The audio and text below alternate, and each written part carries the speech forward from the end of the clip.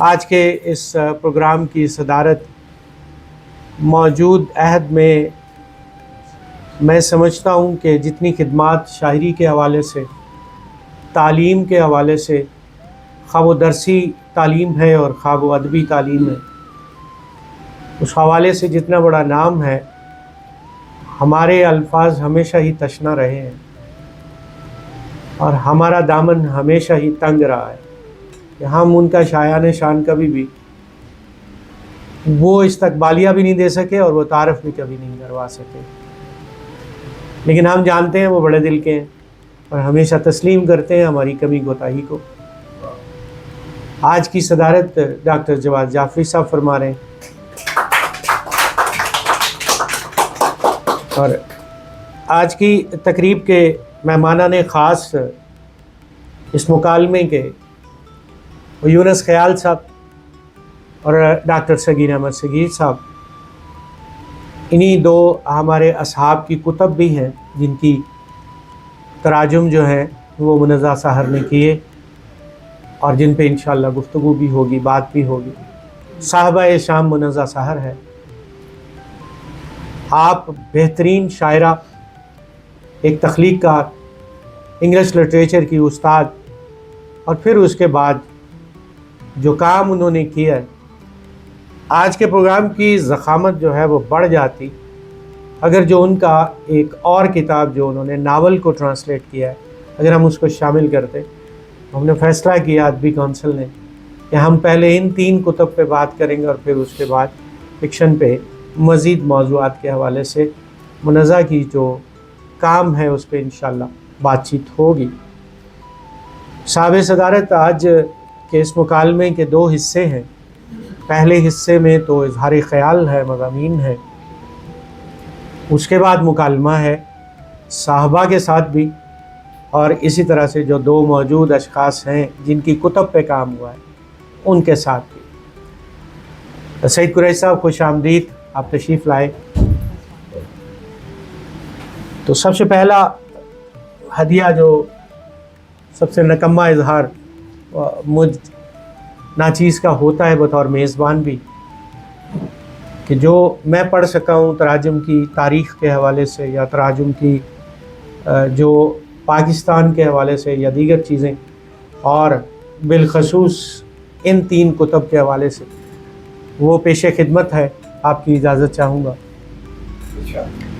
یہ حقیقت بہت کم لوگوں پر منکشف ہوتی ہے کہ ترجمہ دراصل متن کی نقل نہیں بلکہ اس کی دوسری زندگی کی تشکیل ہوتا ہے، ایک ایسا عمل جس میں لفظ اپنی پہلی زبان سے نکل کر دوسری زبان میں داخل ہوتا ہے، تو صرف صوت اور رسم الخط نہیں بدلتا بلکہ اس کے ساتھ ساتھ ایک پوری تہذیبی فضا، ایک فکری مزاج اور ایک جمالیاتی ترتیب بھی اثر نو تشکیل پاتی ہے۔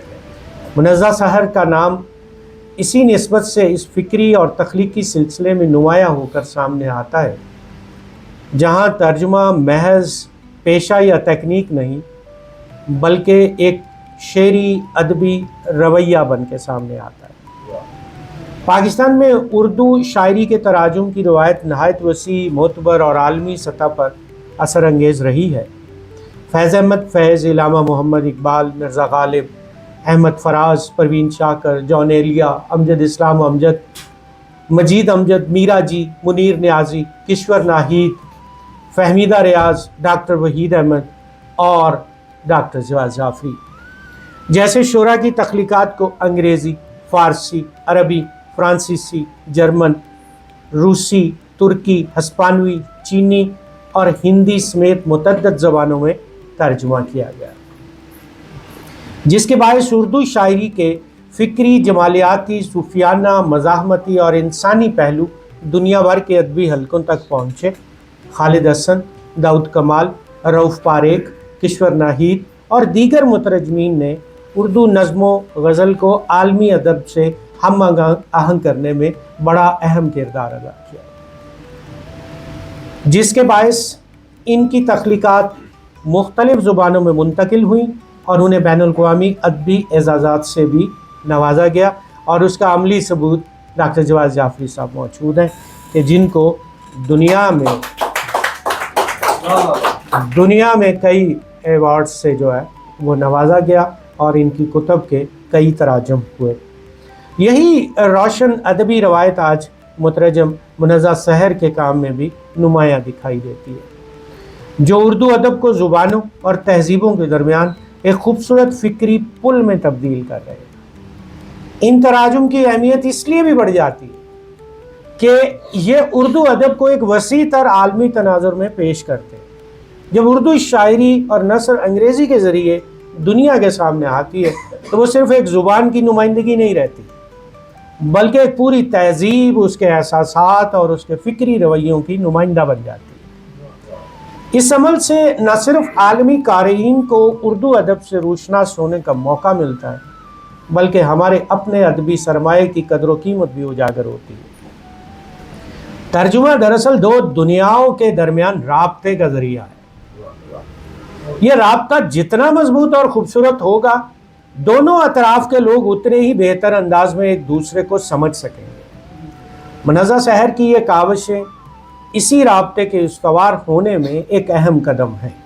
انہوں نے مختلف اصناف اور مختلف شعری لہجوں کو ایک نئی زبان میں منتقل کر کے یہ ثابت کیا ہے کہ اگر مترجم میں فکری دیانت، مہارت اور تخلیقی بصیرت ہو تو ترجمہ بھی اصل تحقیق کی طرح اثر انگیز ہو سکتا ہے۔ منزہ سحر کی ادبی شخصیت محض مترجم کی حد تک محدود نہیں، وہ انگریزی ادب کی معلمہ ہونے کے ساتھ ساتھ تخلیقی اظہار کی حامل شاعرہ بھی ہے، اور یہی دوہرا رشتہ یعنی تدریسی شعور اور تخلیقی تجربہ ان کے ترجمہ نگاری کے زاویے کو ایک خاص وسعت عطا کرتا ہے۔ گزشتہ 2 دہائیوں میں انہوں نے ادب کو کسی جامد متن کے طور پر نہیں بلکہ ایک زندہ اور مسلسل بدلتی ہوئی فکری روایت کے طور پہ دیکھا ہے۔ تنقیدی نشستوں کی سنجیدگی، ادبی مکالموں کی تہداری، مشاعروں کی فضا اور ادبی کانفرنسوں کی فکری گونج نے ان کے اندر ایک ایسا شعور پیدا کیا جو متن کو اس کی سطحی ساخت کے بجائے اس کے باطنی نظام معنی میں سمجھنے کی صلاحیت رکھتا ہے۔ یہی وہ تربیت ہے جو کسی بھی مترجم کو محض زبان دان سے بلند کر کے ایک تخلیقی مفسر کے درجے تک لے جاتی ہے۔ اردو شاعری کے انگریزی تراجم کا عمل محض الفاظ کی منتقلی نہیں بلکہ تہذیب، احساس اور فکر کی ایک زبان سے دوسری زبان میں بازیافت کا نام ہے۔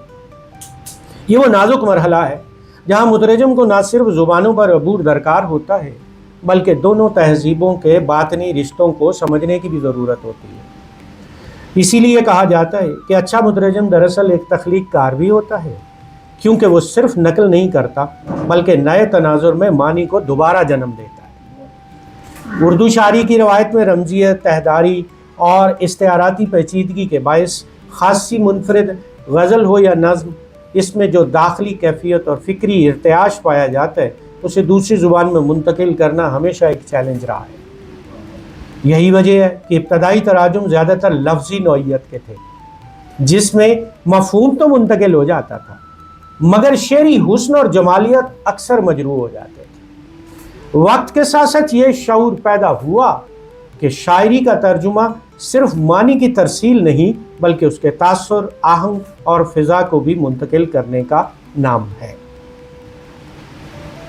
اردو شاعری کے انگریزی تراجم کی تاریخ پر نظر ڈالیں تو اس کی جڑیں نو آبادیاتی عہد میں ملتی ہیں، جب بر صغیر میں آنے والے یہ بڑا خوبصورت میں نے کوشش کی کہ جب آلدو کہ اس کا اورینٹیشنز بڑے اور دیگر معنی میں بھی ہو سکتی تھی، لیکن اس معنی کا مفہوم شاید وہ مکمل اس پہ پورا اترتا تھا، مستشرقین۔ تو یہ مستشرقین نے مقامی زبانوں اور ادب کو سمجھنے کی ابتدائی نوعیت کے تراجم کیے۔ یہ تراجم زیادہ تر تعلیمی اور لسانی ضرورت کے تحت تھے، جن میں شعری حسن سے زیادہ مفہوم کی منتقلی کو اہمیت دی جاتی تھی۔ کلاسیکی 20ویں صدی میں یہ رجحان ایک باضابطہ ادبی عمل میں تبدیل ہوا اور کلاسیکی شعراء کے کلام کو انگریزی قالب میں پیش کرنے کی سنجیدہ کوششیں ہوئیں۔ اور ترجمہ نگاری نے محض لفظی سطح سے اٹھ کر فکری اور جمالیاتی سطح پر اپنی جگہ بنائی۔ اس عمل کی ضرورت اس وقت اس لیے بھی محسوس ہوئی کہ اردو ادب اپنی گہرائی اور معنویت کے باوجود عالمی سطح پر محدود دائرے میں مقید تھا۔ ترجمے نے اسے اس حصار سے نکال کر بین الاقوامی قارئین تک پہنچایا۔ آج کے دور میں ترجمہ نہ صرف تعارف کا ذریعہ ہے بلکہ بین الثقافتی مکالمے، علمی تحقیق اور ادبی تبادلے کا ایک مؤثر وسیلہ بن چکا ہے۔ اس کی اہمیت اس لیے بھی بڑھ جاتی ہے کہ یہ مختلف تہذیبوں کے درمیان فکری ہم آہنگی پیدا کرتا ہے، زبانوں کے مابین فاصلے کم کرتا ہے اور ادب کو جغرافی حدود سے آزاد کر کے ایک مشترکہ انسانی ورثہ بنا دیتا ہے۔ اس پس منظر میں جب ہم موجودہ دور کی طرف دیکھتے ہیں تو یہ خوشائن امر ہے کہ بعض مترجمین نے اس فن کو ایک سنجیدہ تخلیقی ذمہ داری کے طور پر اختیار کیا۔ منزہ سحر کا نام اسی تناظر میں ایک اہم اضافہ ہے۔ ان کا کام اس لیے قابل توجہ ہے کہ انہوں نے ترجمے کو محض لسانی مشق نہیں رہنے دیا بلکہ اسے ایک ادبی اور تخلیقی عمل کے طور پہ برتا ہے۔ اس فکری اور ادبی پس منظر میں منزہ سحر کی حالیہ تراجم پر مبنی یہ پیشکش ایک اہم اور قابل ذکر ادبی کاوش کے طور پہ سامنے آتی ہے، جس میں 3 مختلف النوع کتابیں شامل ہیں۔ پہلی کتاب ڈاکٹر یونس خیال صاحب کا سفر نامہ 20 Days in the UK، Qamar رضا شہزاد کی نظمیہ شاعری اسکلپشن آف اے روم، اور پھر اس کے بعد پروفیسر ڈاکٹر صغیر احمد صغیر صاحب کی نظمیہ شاعری دی ریفلیکشن۔ یہ تینوں کتابیں اس لحاظ سے اہم ہیں کہ یہ 3 مختلف ادبی جہتوں سفر نامہ، داخلی نظم اور فکری نظم کی نمائندگی کرتے ہیں، اور ان سب کو ایک دوسری زبان میں منتقل کرنا ایک یکساں نوعیت کا نہیں بلکہ کئی سطحوں پر تخلیقی شعور کا تقاضا کرتا ہے، اور یہ ایک مختلف کام تھا۔ سو 20 Days in the UK ایک ایسا سفر نامہ جس میں ڈاکٹر یونس خیال کے مشاہدات، تجربات اور تہذیبی ملاقاتیں ایک متحرک بیانیے کی صورت اختیار کرتی ہیں۔ ان کا ترجمہ صرف واقعات کی منتقلی نہیں بلکہ اس احساس اور فضا کی ترسیل بھی ہے جو ایک مسافر کے ذہن اور مشاہدے کو تشکیل دیتی ہے۔ یہاں مترجم کو یہ دیکھنا ہوتا ہے کہ مقامی رنگ، سماجی مشاہدات اور ذاتی تاثرات انگریزی زبان میں بھی اسی طرح زندہ رہے کہ قاری محض معلومات نہ حاصل کرے بلکہ اس سفر کا حصہ محسوس کرے۔ سفر نامے کے ترجمے میں سب سے بڑا مسئلہ یہ ہوتا ہے کہ اس میں محض واقعات نہیں بلکہ ایک خاص ثقافتی تناظر، مقامی رنگ اور ذاتی احساسات بھی شامل ہوتے ہیں۔ اگر مترجم ان عناصر کو برقرار نہ رکھ سکے تو متن اپنی روح کھو دیتا ہے۔ منزہ سحر نے اس ضمن میں یہ کوشش کی کہ اصل متن کی فضا، اس کے مشاہداتی رنگ اور اس کے بیانیہ روانی کو انگریزی میں بھی اسی طرح برقرار رکھا جائے تاکہ قاری صرف معلومات نہ حاصل کرے بلکہ اس سفر کو ہوتا ہوا محسوس بھی کرے۔ اس طرح نظم کا ترجمہ اس سے بھی زیادہ پیچیدہ عمل ہے۔ نظم میں لفظ محض معنی نہیں رکھتے بلکہ ایک مخصوص صوتی اور جمالیاتی تاثر بھی پیدا کرتے ہیں۔ اسکلپشن آف اے روم کی کتاب قمر رضا شہزاد کی ایک داخلی اور علامتی شعری دنیا پیش کرتی ہے جہاں تنہائی، خود کلامی اور فکری ارتعاش میں ایک جگہ ایک گہری معنوی طے پیدا کر دیتے ہیں۔ ان کی شاعری میں کمرے کی تنہائی محض ایک جسمانی حالت نہیں بلکہ فکری اور وجودی کیفیت بن جاتی ہے۔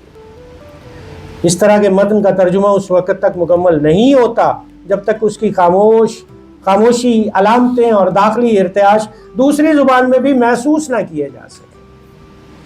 قمر رضا شہزاد کے لفظوں میں جو فکری گہرائی اور داخلی کشمکش ہے اسے انگریزی میں منتقل کرنا اس لیے دشوار ہے کہ وہاں ہر لفظ ایک علامت کے طور پہ کام کرتا ہے۔ منزہ سحر نے یہاں مفہوم اور تاثر کے درمیان ایک متوازن راستہ اختیار کیا جہاں نہ تو اصل خیال قربان ہوتا ہے اور نہ ہی ترجمہ بے روح محسوس ہوتا ہے۔ دوسری طرف دی ریفلیکشن صغیر احمد صغیر ایک ایسی شعری دنیا ہے جو سادگی کے اندر گہرائی اور روزمرہ تجربے کے اندر فکری وسعت پیدا کرتی ہے۔ ان کی شاعری میں انسانی احساسات اور زندگی کے تجربات ایک نرم مگر پر اثر اثر انگیز اسلوب میں سامنے آتے ہیں۔ اس طرح کے متن کا ترجمہ ایک نازک توازن چاہتا ہے، جہاں نہ سادگی کھوئے نہ معنی کی گہرائی متاثر ہو۔ مترجم کو یہاں لفظی دیانت کے ساتھ ساتھ اس فکری لہجے کو بھی برقرار رکھنا ہوتا ہے جو اصل متن کی پہچان ہوتا ہے۔ ڈاکٹر صغیر احمد صغیر کی شاعری میں جو سادگی کے اندر پیچیدگی اور داخلی درد کی لطیف کیفیت ہے، اس کی ترسیل بھی ایک خاص مہارت کی متقاضی ہے۔ ان کے ہاں لفظ کم مگر معنی وسیع ہوتے ہیں۔ ایسے میں مترجم کے لیے ضروری ہوتا ہے کہ وہ اختصار کو برقرار رکھتے ہوئے معنوی وسعت کو ضائع نہ ہونے دے۔ اس پہلو سے دیکھا جائے تو یہ تراجم صرف زبان کی تبدیلی نہیں بلکہ ایک فکری اور جمالیاتی ذمہ داری کی ادائیگی ہے۔ ان تراجم کی اصل معنویت اس نقطے میں پوشیدہ ہے کہ یہاں مترجم خود کو متن پر مسلط نہیں کرتا بلکہ متن کے اندر اتر کر اس کے داخلی منطق کو دوسری زبان میں اثر نو زندہ کرتا ہے۔ یہی وہ مقام ہے جہاں ترجمہ تخلیق کے قریب تر ہو جاتا ہے اور مترجم ایک ثانوی کردار کی بجائے ایک شریک تخلیق بن جاتا ہے۔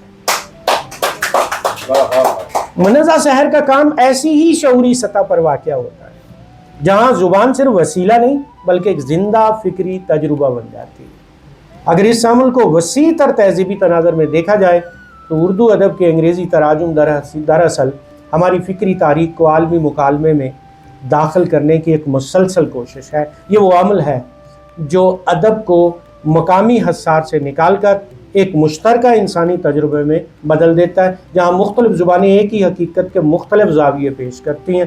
اس روایت میں منزہ سحر کی کاوش اس لحاظ سے اہم ہے کہ وہ محض ترجمہ نہیں کر رہی بلکہ متن کے اندر موجود فکری امکانات کو نئی زبان میں دوبارہ فعال کر رہی ہے۔ مجموعی طور پر یہ کہنا زیادہ مناسب ہوگا کہ منزہ سحر کی یہ ترجمہ نگاری کی کوشش اس بات کا ثبوت ہے کہ ادب اگر واقعی ایک زندہ تجربہ ہے تو اسے کسی ایک زبان میں قید نہیں کیا جا سکتا، کہ ادب اگر واقعی ایک زندہ تجربہ ہے تو اسے کسی ایک زبان میں قید نہیں کیا جا سکتا۔ یہ تراجم اردو ادب کی داخلی گہرائی کو انگریزی زبان کی فکری وسعت کے ساتھ جوڑ کر ایک ایسا مکالمہ قائم کرتے ہیں جس میں دونوں زبانیں ایک دوسرے کی ضد نہیں بلکہ تکمیل بن جاتی ہیں۔ یہ کام محض ادبی خدمت نہیں بلکہ فکری رابطے کی وہ صورت ہے جو ادب کو قوموں، زبانوں اور تہذیبوں کی حدوں سے بلند کر کے ایک مشترکہ انسانی شعور میں بدل دیتی ہے۔ اللہ کرے زور رقم اور زیادہ۔ اب تو یہ ہے کہ حق ادا نہ ہوا